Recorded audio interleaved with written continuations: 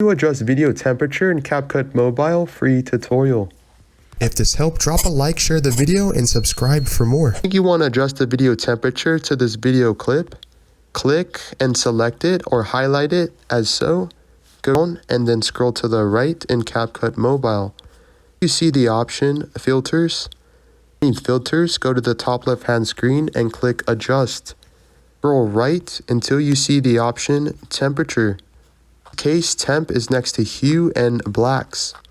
Move the slider icon to the right. Capcut Mobile will add more temperature. Looks color orange. Drag it to the right. It will increase temperature and make your video more blue. Happy or satisfied, click the check mark. I say this is the before. This is the after. Completely for free.